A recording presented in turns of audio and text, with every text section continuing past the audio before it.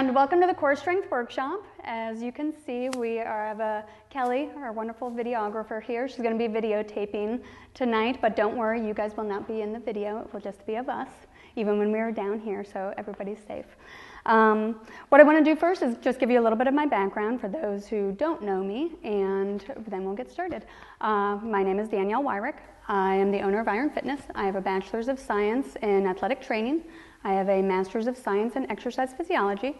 I am a certified strength and conditioning specialist, and I'm certified to do the functional movement screen. I began as an independent fitness trainer in 1996. I opened up my own facility in 1998.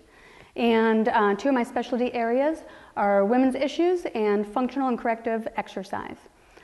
I have Joe Cartwright and Shelly Miller helping me out today, so they get to talk in a minute. Hello everyone, as Danielle said, my name's Joe Cartwright. I'm also an independent fitness trainer here at Iron Fitness. I started mid-December, so I'm fairly new. I've been around this area my entire life, grew up in East Canton, graduated from there, and now I'm currently in my last semester at Malone University. I'm going to have a degree in exercise science with a minor in athletic training, and I can't wait to be done so I can actually start here and dedicate all my time to the business and to helping you clients as much as I can. My name is Shelly Miller. I am an independent fitness trainer here at Iron Fitness. I am a certified personal trainer through the American College of Sports Medicine. I have a bachelor's degree in exercise science from Malone University. I also am a precision nutrition certified level 1 nutrition coach.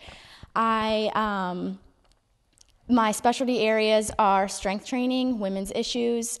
I began training last February, so I've been here a little over a year, and about a year and a half ago, I finished an internship here at Iron Fitness, and then later in February, I began training. So that's me. Okay, so what we're going to do today is we're going to learn about core musculature. We're then going to teach you and show you the assessments. Then you'll have a chance to do the assessment on yourself. And then we're going to give you some exercise to correct any dysfunction that you might find. So the first thing that I want to just briefly go over is what core strength is reliant on. So I'm going to use Joe here. So core strength is reliant on spinal stabilization. Your spine sits in basically a big ball of fluid, your abdominal cavity, and we have to rely on the musculature in our core to keep our spine stable. So spinal stabilization is one thing that you have to do to have good core strength. Second thing is going to have an extensor chain endurance, which your extensor chain is basically everything from the top to the bottom, but on the back side. We have to have enough muscular endurance in this area to keep us upright. If we do not, then that's when we get tired and we start to cave forward. Go ahead and turn around. Then you have shoulder and pelvic girdle strength and endurance. You need to have enough strength and endurance in both of those to be able to carry through a motion. You also have pelvic floor and deep abdominal muscle integrity. Your pelvic floor is part of that core strength. And without having good muscular integrity of that and the deeper abdominal muscles, then you're not going to be able to have a nice, strong center and work out from there. And last, you need coordination of all that musculature. We talked to you guys a lot about that, but the muscles have to be able to work together. If you have a dysfunctional area, then something is not going to be able to be carried out as it should, and that's whenever you can come across injuries. So we're going to start first with the rectus abdominis. And like I said, we're going to be going muscle by muscle here, so come on over here just a little bit. So rectus abdominis is that big abdominal muscle that everybody knows of as their abs, and a lot of people think of that as your core. It actually has 8 sections, and it comes from the bottom of your ribs all the way down to your pelvis. The 8 sections are all innervated separately. Because they are innervated separately, they can all function separately. So we don't have lower abs. We have the lower part of the rectus abdominis.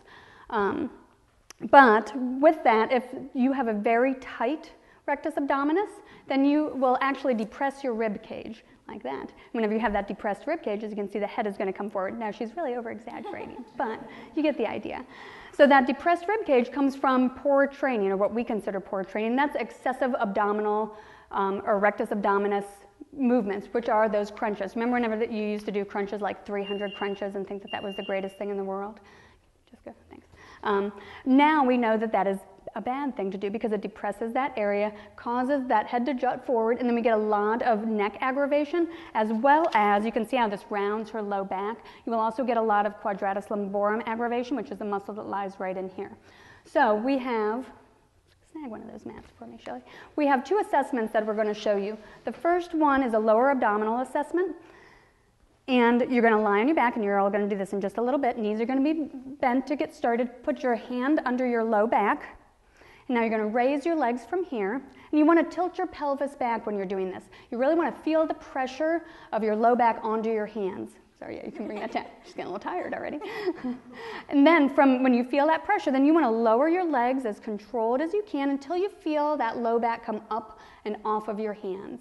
Okay, and then we're going to raise that up again.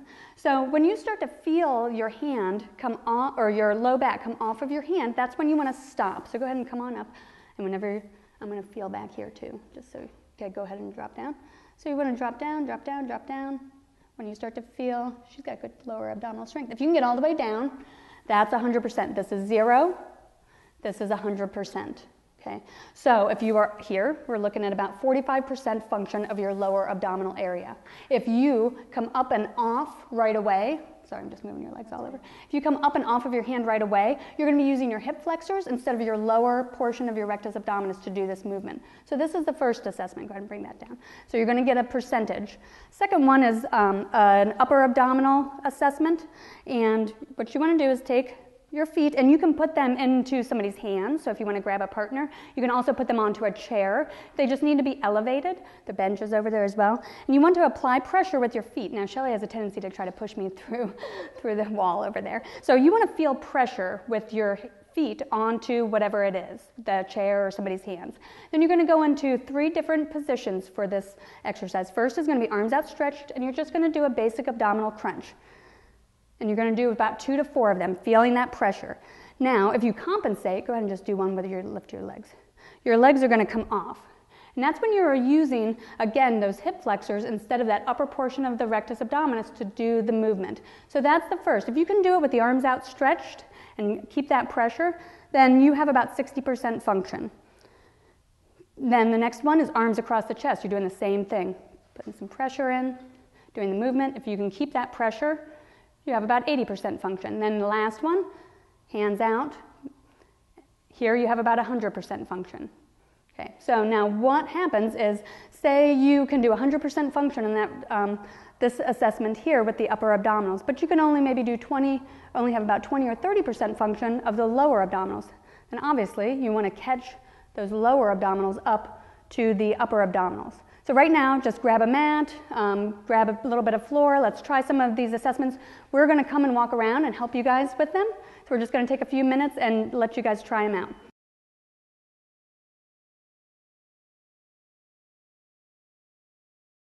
You should have some numbers with that rectus abdominis.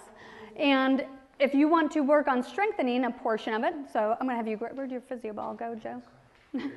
Okay. So, yeah. So we're going to give you a couple of exercises to help balance that out. These are pretty traditional. You'll be familiar with them. If you need to strengthen that rectus abdominis, it's a traditional physio ball exercise. The thing that you want to remember is you want to come from parallel to the ground and come up into a crunch. Hands can go back, yeah. Okay, now if you watch, if you're actually bringing ribs to hips and not moving from the hip flexors, go ahead and do a few reps. You'll actually even see Joe shake. Because this is a tough movement if you do it correctly. If you're flying through hundreds of these, then you are not actually doing them correctly. Then, grab that mat for me, Shelly. Then just a lower abdominal exercise would be a hip lift. So you're going to be here. You want to keep that upper body down. Okay, and just a regular traditional hip lift. And this is going to help strengthen up that lower abdominal area. If your head and neck are coming up while you are doing that movement, then you are actually using your the upper fibers to do the movement more so than the lower. So you got to keep that upper body down during that hip lift. Now, once you get that area balanced out, then what you want to do is go into something that's more isometric, like a plank. Go ahead and flip on over. Because this is where you're going to get that coordination of the muscle groups together then. And you're going to be able to strengthen them more as a whole. And this is just a traditional plank where you work that whole rectus abdominis. Go ahead on down. The reason why you don't want to continue on with excessive amounts of crunches and hip lifts is because that muscle, your rectus abdominis, will thicken and hypertrophy just like your biceps would. Most people don't want a thicker midsection. They would prefer that it is thinner. So next we're going to move on. We're going to do some internal and external obliques. So I'm going to use Joe again here. So your internal obliques are coming in through here. Your external obliques are coming here. Okay? So your external obliques are literally just the ones that are on the outside. When those are contracting, the external obliques, you are going to come forward and rotate. So do like so that's your movement. Whenever you're using your internal obliques, you're coming backward and rotating back. Okay. Go to the side for just a second, Joe.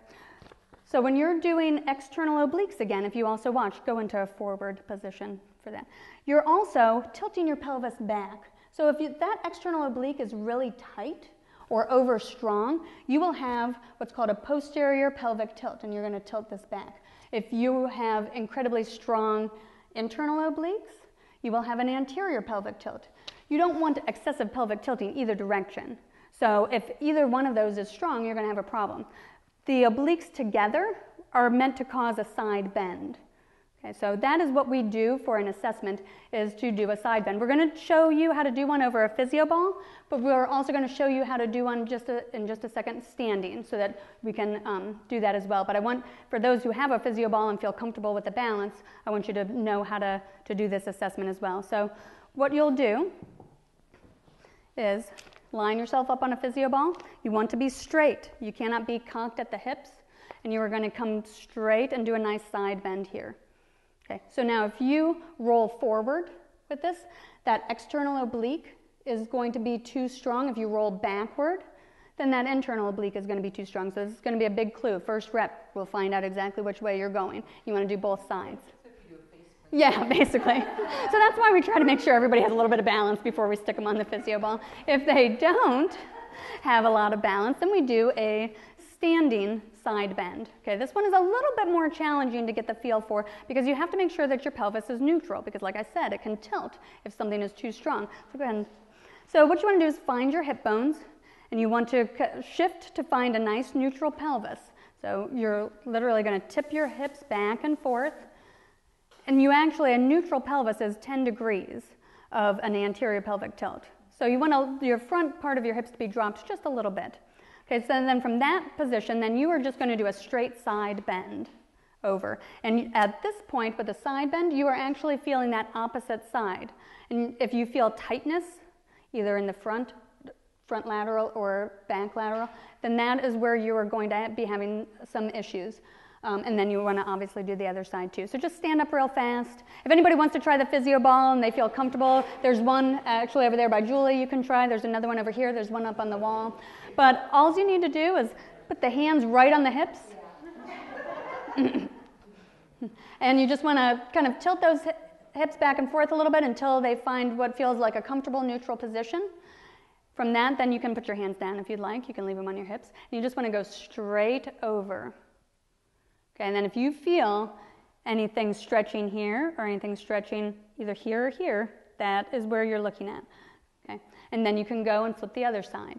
So you will have an idea. If you feel tightness here, external rotators are tight and probably over strong. If you feel tightness here, internal rotators are more than likely strong and over tight.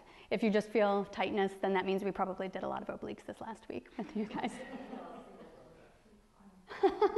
Everybody's going side to side. So now to correct that, it's pretty simple, because you can do like a physio ball side bend. You can do, you guys have done it before, that dumbbell side crunch that we've done. You can also do, I'm going to have you get on down here. You can do a side bridge. Good, yeah, that way. You guys all know this one as well. And this is, again, is where you can work on that coordination. Come on up for it. Okay. Now, if you find that you are always shifting one way or the other and you cannot keep your balance on this, then that's whenever you can actually go into, pull that ball on, you can go on down, into either a abdominal crunch where with a rotation. Forward, good, up and back. You can alternate sides. I'm going to keep that ball nice and stable. Good, and then for that internal oblique, you can go down into a ball back extension and extend back and work through that internal oblique. Hard to do whenever you're on there, huh? Too. Good. So that is if you need to work on first balancing them out. Okay, now we're going to move on to one of my favorite muscles, transverse abdominis. Okay, so if you guys want to sit, you can. I won't make you stand the whole time. So transverse abdominis is the deepest abdominal muscle, and it actually makes up the wall, the abdominal wall. So it starts, go ahead and turn around real fast, around L3, L4, and it wraps all the way around and comes back here. Now turn back around. So whenever you contract your transverse abdominis, you actually pull everything in rather than that rectus abdominis, which bears down and actually pushes out. So whenever you contract, it's going to bring everything in. One thing that it does do is it also holds in the abdominal cavity and your organs. So if you have dysfunction in that transverse abdominis, say from surgery, from weight gain, from pregnancy, then, and you do not regain the control of your TVA, your transverse abdominis, it is going to literally fall forward slightly, and your organs are going to take up that space. So not only do you have to deal with strengthening that TVA to keep everything back in, you have to literally apply additional pressure to help and push those organs back into place. And that's where it becomes a really big problem whenever you're looking at that transverse abdominis dysfunction. Now, then what happens after that is the transverse abdominis is also on what's called a neurological loop with the pelvic floor. So just think of it in terms of like somebody with paralysis. They have a spinal, they have problems with their spinal cord. Everything below that, they don't have function. Same thing happens with that transverse abdominis. Everything below, maybe where it was cut in a surgery or where it was overstretched from pregnancy, everything below that, which happens to be your pelvic floor, loses function. And with that function loss comes in fun things like incontinence, pelvic floor dropping, organ dysfunction, because everything starts to drop down. And that seems really extreme, but it isn't. If you think of as you get older and you know, maybe your parents or your grandparents, and they had some of those issues, that was more than likely why, because that transverse abdominis never came back to full function. So we do a transverse abdominis assessment that we're going to do here in a second, but before we do that, just to make sure everybody's on the same page, we have to teach you how to do a transverse abdominis contraction. So what you want to do is stick one finger in your belly button, and then you want to put your other hand back right across from it. And if you want to stand up and do this right now, you can. You can do it seated too, if you'd rather. And you are going to be directly across, which is around L3, L4.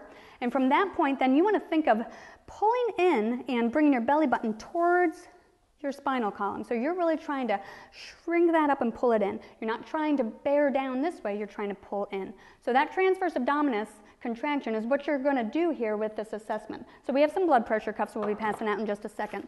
And sorry, Kelly. What we're going to do is you're going to lie on your stomach where it says artery. That's where the bladder for the blood pressure cuff is. So go ahead and lie down on this here for me.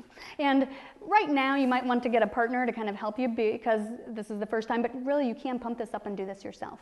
And if you need a blood pressure cuff, you can get them at drugstores for about 15 bucks anymore. They're not very expensive, or come back and borrow ours. So what you want to do first is blow the bladder up just a little bit. You want that bladder to be underneath your transverse abdominis. So you might need to move a little bit. Yeah, you can move. I'll let you. And you're then going to blow the bladder up to between 40 and 70 millimeters of mercury. Takes a while. A long while. Depending on the size of the cuff, too. You're not a very good model today. Okay, and I would really strongly suggest hitting a nice even number like 40, 50, 60. Okay, once you get there, then your goal is going to be, and don't do it yet, to do that transverse contraction that I just showed you. When you do that, the millimeters of mercury will drop. And so the general rule of thumb is that for every 1 millimeter of mercury drop is 10% function. So the little markings are 2 millimeters of mercury, so every little dash that it drops is going to be 20% function. So your goal is to drop it 10 points. So I have her up here right now to 40. Whenever we do a contraction, her goal is to be able to get to 30, so it needs to drop down. And if it goes up, though, what means, yeah. If we go from 40 to 50, that means your rectus abdominis is contracting and not your transverse abdominis. Okay, now if you get 0, if you try as hard as you can, not getting any movement of that at all, then you have what is considered a muscle amnesia. You have no neurological connection. And that can happen, especially if somebody recently had surgery, recently had kids, has some current, new weight gain, and then you're going to have to work a little bit harder. That's what I talked about with that whole, the organs falling forward and all of that, to get that transverse abdominis. So what we're going to do, I always like to put a hand here and here so I can feel whenever I'm doing this. You'll feel yourself. You just don't cheat yourself. So then you tell them to do a transverse abdominis contraction. Look, she didn't move. You should not move. All you're going to see is that lift. Oh, and she did good. Yeah, at 100% function. So now compensate. Do a transverse abdominis contraction, and if you tip and really compensate so that they can see. What will happen is you'll push your hips in, you'll push your shoulders in, because you don't know how to fully contract yet, and you're not getting that good contraction, and everybody wants a nice high or low number. So you'll be looking for hip and shoulder movement. That should not happen. When you're doing that transverse abdominis contraction, that should just pull up without any problems. So we've got some blood pressure cuffs. We're going to pass them out, and I want you guys to practice transverse abdominis contraction.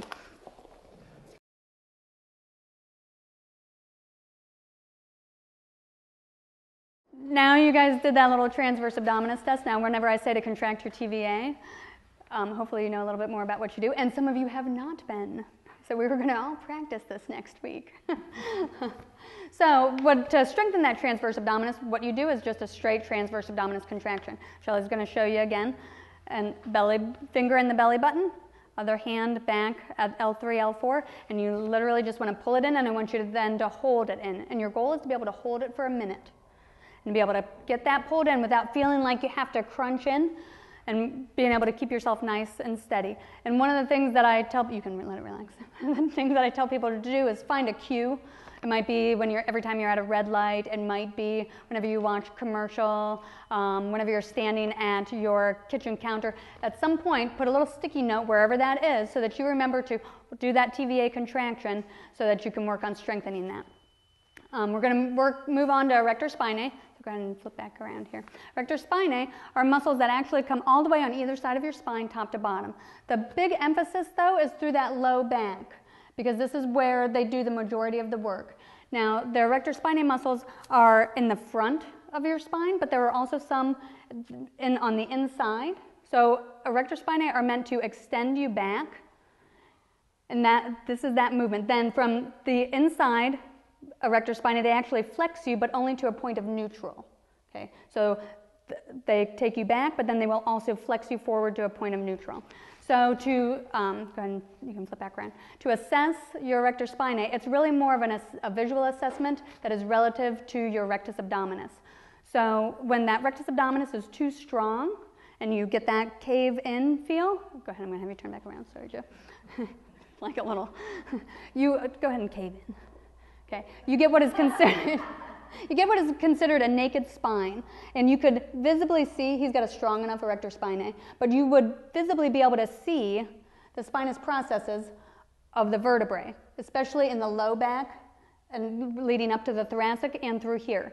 So if you can see that in somebody when they are standing upright, then that is going to be an erector spinae that is not strong in relationship to your rectus abdominis. Okay, so we can tell a lot when you guys just walk in and whenever we just visibly see you. We're going to move on to the sits group. The sits group is your rotator cuff. It stands for supraspinatus, infraspinatus, teres minor, and subscapularis. Your rotator cuff causes rotation at your shoulder. Rotation is this. It is not your rotor cuff. It's not a rotation, or it's not a, what are some of the other things that people say? Oh, some crazy things. Rotor cuff is the biggest. It is a rotator cuff, okay? So you want to have 55 degrees of internal rotation, 45 degrees of external rotation. You use your rotator cuff a lot every time you go to throw a ball, every time you turn a doorknob, every time you go to put your seatbelt on. We use our rotator cuff a lot. Now the biggest problem with that is that it is under a huge amount of load all the time. And those muscles, they sound really big, but they're actually very small. and they have to hold your arm into the socket. So say, for example, whenever you are picking something up off the ground, you have this load here, from the force of trying to be into a squat, and then your arms are outstretched here, and you have what's considered a mechanical disadvantage because you're using that rotator cuff to try to lift this load up and off the ground. And so then that's whenever dysfunction and some strain to those ligaments can occur. So to test your rotator cuff, we're going to do a couple of things. You can do this one while you're just sitting here.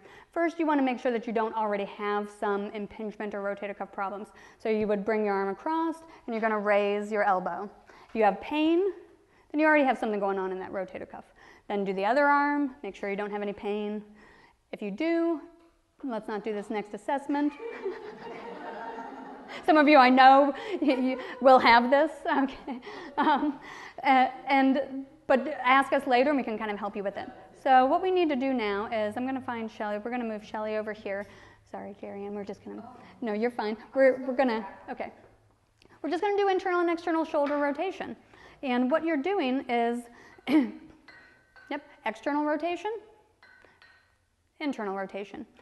Your internal rotation should be easier than your external rotation, but only a little bit. Okay, it's not going to be significantly different. You should still be able to do the same reps, the same movement, and you should be able to get to that 45 degrees on external and all the way in on your internal rotation. If you cannot do that, or if one is significantly different than the other, then that's where you need to work on strengthening.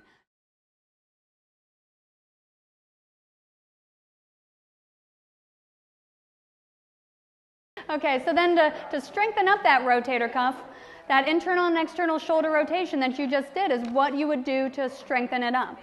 Now, you can also, I'm going to have you back over there, you're going to do some scarecrows and Ys. Once you are balanced with that internal and external shoulder rotation, you can move on to some more advanced exercises like, she's going to knock somebody out. Oops, hold on, let me grab this. Like a scarecrow movement or a Y movement. And you can use this one and show them iron cross. Or an iron cross. And those are actually, as you can see, you're still doing internal and external shoulder rotation, but you are actually putting more emphasis on the upper back so that those can pull you back and stabilize rather than on the actual straight internal, on the straight rotator cuff.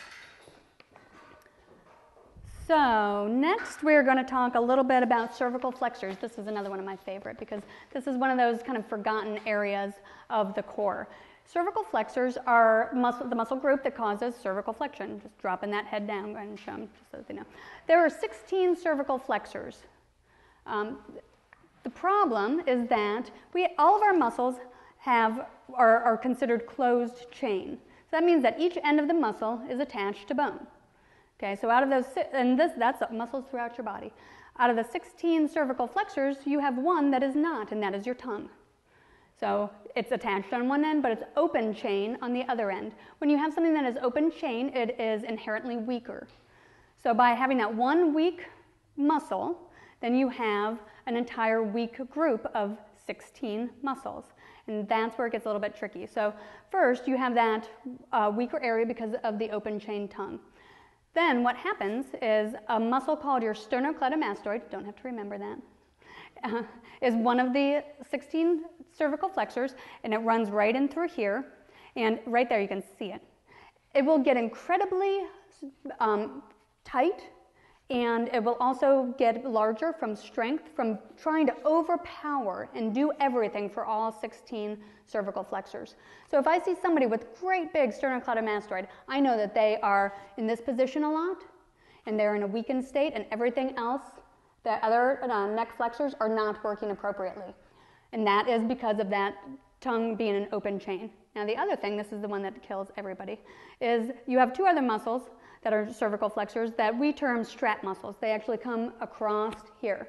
Now if you ever see somebody that their neck is dropped, that their chin is dropped, and they have this little waddle down there, that is actually their strap muscles. Those strap muscles have fallen because they are so weak that they cannot stay up. And they are weak because the tongue is an open chain, and we need to figure out how to close that. So all we do is a visual assessment for that. Again, why we know so much when you just walk in the door. So if we have somebody with huge sternocleidomastoid, like it just looks like they could cut glass with the muscles in their neck, and then also have that dropped chin, we know they've probably been doing a lot of core work with the cervical flexors not being in an appropriate position. And it's a very simple way to fix it, and that is just by putting the tip of your tongue on the roof of your mouth whenever you're doing any kind of core exercise, because that will close the chain and it will let all those 16 cervical flexors work appropriately. And they actually, and this is kind of a little bit for Denise because she's an instructor, they call it aerobics instructor's tongue, because when somebody is teaching a class, they're talking. They can't, and they might have to do the exercises and the core movements, but they can't close that chain because they're trying to give you cues. So they end up with this huge cervical neck issue.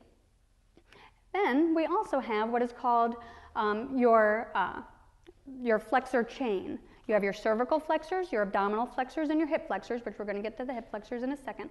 And when that chain, if one of those muscle groups acts dysfunctionally, the other two are going to act dysfunctionally as well. So if you have problems with your neck, you will not be able to gain the strength in your abdominal flexors and your hip flexors that you want. So you have to figure out and kind of step back and figure out where the dysfunction lies. And often it is in that cervical flexor area more so than abdominals. You know, you might work that area. Even hip flexors with lunges and squats, you might work that. But very infrequently do we really try to train the cervical flexors. And unfortunately, you know, you might be doing some abdominal or core work, and then I ask you a question, kind of like whenever you're in the dentist's chair, and I expect you to answer when really you should be having the tip of your tongue on the roof of your mouth instead. So the cervical flexors, the easiest thing to do is just do that and keep that tongue on the roof of your mouth whenever you're doing any kind of core exercise. Okay, so then we're going to move on down to your iliopsoas. Your iliopsoas is a muscle group. Actually, it's two muscles, but they work together. Go ahead and go on your, yeah. You guys have all seen us do this, I'm sure. It is a Y-shaped muscle, and it actually attaches to the inside portion of your vertebrae, one part, and then the inside portion of your iliac crest or your pelvic girdle, and it comes together and then it attaches onto your femur. Your iliopsoas tends to get very tight whenever you have an anterior pelvic tilt. Remember, we talked about that a little bit with whenever those internal obliques are very tight, but you can also have an anterior pelvic tilt if you are a runner, a walker, if you stand excessively and you get fatigued when you stand, if you have been pregnant, if you have weight gain, anything along those lines that just puts all of your weight forward and causes you to bend here and you try to stay upright, puts this muscle and shortens it and makes it very tight. So the easiest way to see if you are tight other than stretching is going to be by going into a position against the wall. I'm going to have you over here. Yeah. And we're going to get up and do this in just a second. But what you want to do is you want to put your heels, your butt, your shoulders, and your head up against the mirror. You want to take your hand and you want to put it back, and I'm going to do it for Shelly right now, in between your low back and the wall. And whenever you do that, she has space here right now. So she has a little bit too much anterior pelvic tilt. So if there is space, you want to be able to get your hand in, but you want to feel pressure against the thickest part of your hand. Then you are tilted too far forward, and you're going to have a tighter hip flexor. If you do not have any space and you can't get your hand back there, then you are going to have a posterior pelvic tilt, which has its own series of problems, that rectus abdominis being too tight. So the easiest way to train this is to put your hand back there. Go ahead and put your hand so that they know. Tilt back, feel the pressure of your hand, and then step away and keep that position. And that's going to give you a 10-degree pelvic tilt here, and that's how much you want. So if you can't get that tilted back when you're here, then that's one thing that you're going to have to work on, stretching out those hip flexors. So go ahead and just grab a piece of wall.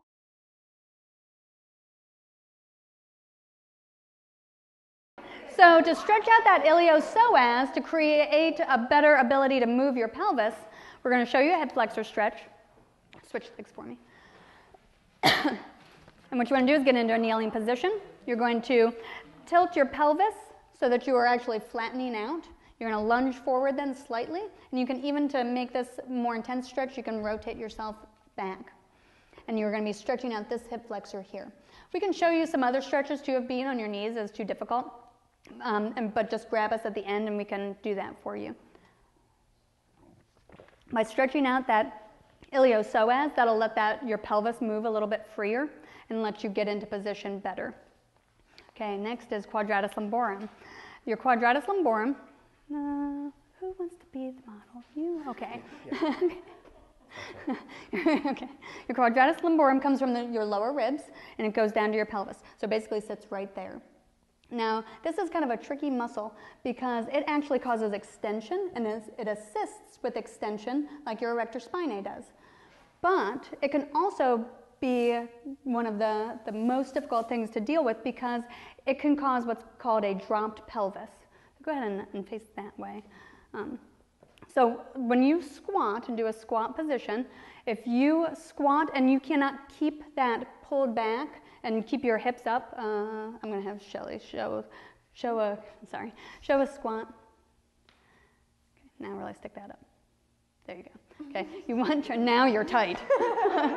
You haven't been tight all day, now all of a sudden you're tight. So when you go into a squat, you want your hips to tip back. You know how I always tell you guys to stick your butt out?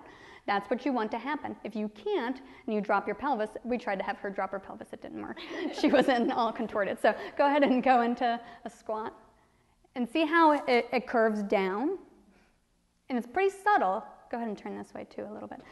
And what is go ahead and squat a couple of times. No, not. Is this okay? Yeah, just so that they can see, yeah. Okay.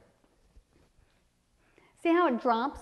His tailbone tips down. It should tip up. Okay, that quadratus lumborum is what is going to assist that to get that up. Now, the problem with that is when that quadratus lumborum gets too tight, that is what is going to happen, and it's going to cause a shearing force on your vertebrae. So in the lower, about L4, L5, and through that sacrum, you're going to have this force of your vertebrae trying to shift, and that is how people end up slipping discs in their lower vertebrae whenever they go and squat and pick something up because they drop their pelvis and drop that down. So to make sure that quadratus lumborum is loose and strong, we want to just go into a squat position and we're going to take a look at it. So I'm going to use you again. So go on down and we'll have you guys do this in just a little bit. Go and squat and you want your tailbone to come up. Now see if you can tip it, not drop. So go back up. There you go. Not drop. So that's just funny. So go ahead and just, if you are not comfortable squatting, maybe because of knees or something else, then just kind of watch everybody else because it's really subtle. So we'll come around and help you guys to see if that quadratus lumborum is dropping whenever you do that, and then we'll give you some exercises. So if you have that dropped pelvis and you have problems keeping that tipped up, you would go ahead on your stomach, or do a bird dog. You would do movements, don't kick anything behind you. You would do movements that are going to go for that extension, like the bird dog. See how she's getting that up there? Go ahead down onto your stomach. A Superman.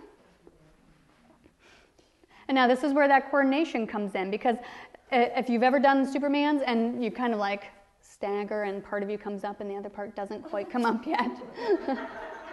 Nice. Then we sometimes would start, go ahead and just put your hands under your head and just do lower body. We would, there we go.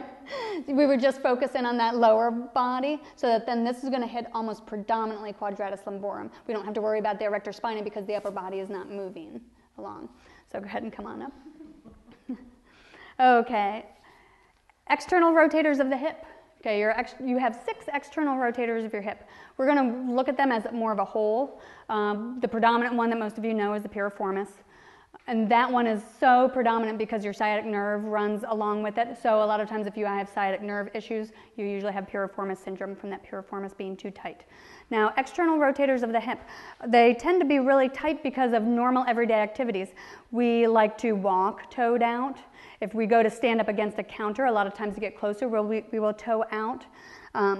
Also things like weight gain, it's more comfortable whenever you are toed out for that. As well as, I think I had a few more examples here. Our normal toe out stance should be about 10 degrees, which is not very much. And so this is where we want to be in a normal position. So the easiest way to see how you are is to just do a visual. You want to walk up to a mirror, not looking at your feet, and then just stop. And then depending on how you are standing, is what you want to see. If you got one leg out more than the other, if you are excessively toed out, you will see where you are as far as your external rotators. So you don't really want to pay attention to your feet as you're walking up. You just want to walk up, look down, and see where you are at. You can be anywhere from parallel to slightly toed out. So go ahead and walk on up to the mirror. Don't look. You got to just not look at your feet.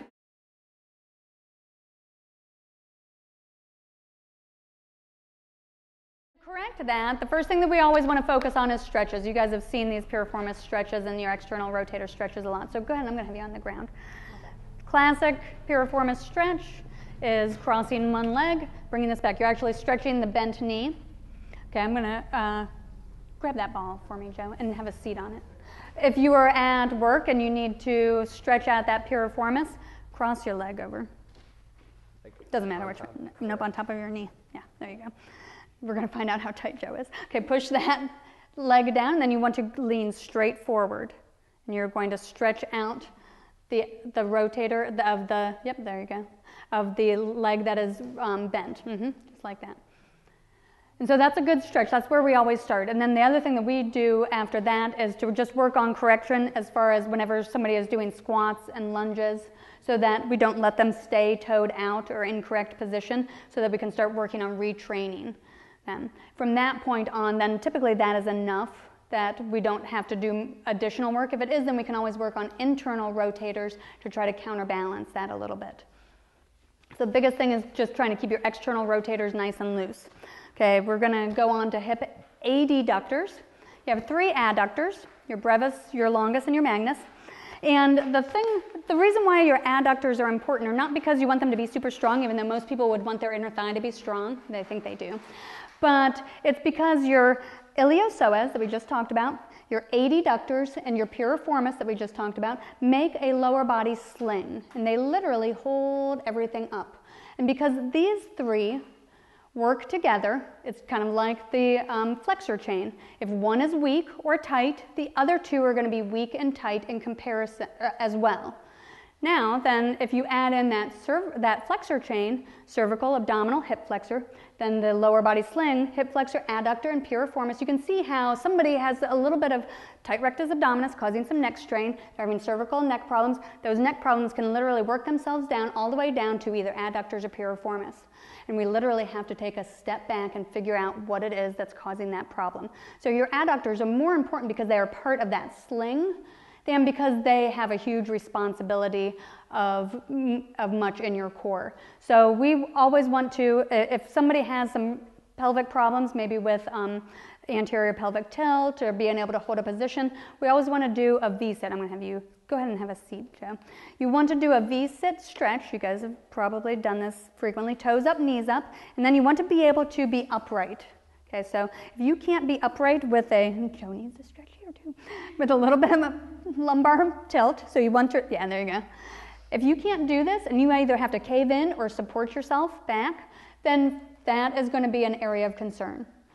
So go ahead and, if you can, get on the ground, do that V-sit. Toes up and knees up, don't let them rotate out, or then that's that piriformis coming in.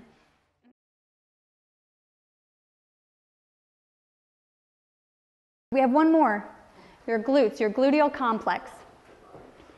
Okay, so your gluteal complex is one of the ones that is of primary concern for us.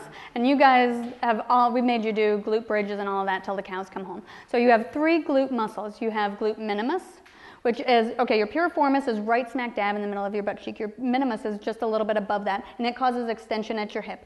It's actually more of an assister of the extension. What is that? Who's hitting something? I heard a beeping. Oh, okay. Okay, thanks. Then you have your gluteus medius. Go ahead and turn around. Gluteus medius sits right on the side of your hip, and it is the primary hip abductor, so it causes abduction at your hip, this movement. And then I'm going to have you turn back around. Then you have your gluteus maximus, which is the largest of them, and it is a pennate shaped, so it's kind of like a big fan, and it sits here. It attaches onto your sacrum, and then it comes over and it actually attaches onto your femur. So whenever it contracts, it actually can control your femur. Okay, so here's the thing with the glutes. That glute maximus, you can turn back around, is what should be doing the bulk of the movement for our lower body. It should be initiating gait. It should be getting us up from a seated position. But when you are seated, the muscle fibers get overstretched in your glutes, and they're more like this instead of like this and having that really good ability to contract. They're more like this, and they struggle to contract. So instead of contracting, your hamstrings are going to do that movement instead. So whenever you've been sitting all day long and you go to stand, your hamstrings are going to do the movement because that glute just can't. It struggles. So then that glute doesn't get stronger, but your hamstrings get a lot stronger, and you guys have probably heard that hamstring and quadricep imbalance, and this is how that imbalance can keep working its way out of your body. But that glute can also be weak from sitting, from weight gain, from pregnancy, from anything that's going to put a lot of load on it, and then it doesn't have that ability to contract. So to assess it, we do what's called a duck stance to see if you have function. You want to go so that you're in a foot stance of about 45 degrees, and then if you can contract and control your knees with your glutes by contracting. Shelly is contracting her butt, or she is now, and she can control her knees and make them rotate in and out because of the shape of that muscle and because it attaches to the femur and can pull that out. So go ahead and stand. You might want to stand and get in that duck stance. You might need a mirror, you might not, just depends on how much glute work we've done. And you just want to think of squeezing your butt cheeks like you're squeezing a quarter between your butt cheeks and trying to move your femur, your legs, with your glutes. If you cannot do that, then you do not have as much function in that glute as you should have. So if somebody really has no function at all, the first thing we do is a duck stance. We try to get them to be able to move that femur with that out. Dave's working on it over there. Then we would move on to things like glute bridges. Go ahead and go on down. They can stay up and keep doing that. We would then go into, all the glute bridges that you guys have done. And whenever you do a glute bridge, you want to make sure that you're almost feeling like you're hyperextending a little bit, because you can go into an extension up to about 10, 15 degrees. Good. Then flip on over and let's do a bridge with a hip extension. If you can have that mastered and you can do single legs and things like that, then you can go into you're okay, plank here. And go ahead and bend your knee and do one leg too. Up into a plank with the bent knee, like you're on the ceiling. Yeah, there you go. You can go into this. This one here, actually, go ahead and you can come on down. That last one that Shelly did with the bent knee has the most glute activation out of the 3 of those exercises. And that is a very good way, be careful, to strengthen up those glutes so that they can do the work for you. The stronger that they become, then the less stress will be when you have to sit all day, the less that they will become overstretched, and you will have better function whenever you go to stand. So we have gone through quite a few muscles and a lot of different assessments. What did you say? Gonna have a quiz? Yes, there is going to be a quiz later. To Friday, Sheila. So if you have any questions, we're going to be here, so we will gladly answer any questions. We can go through some of the assessments or give you some other options for exercises. If you have no idea what we just did, Shelly and Hannah have a core class starting next week. And we also have the exercise video on our website that Shelly, Hannah, and I made this winter that you can follow along and do some core exercises. So if you have any questions, feel free to ask.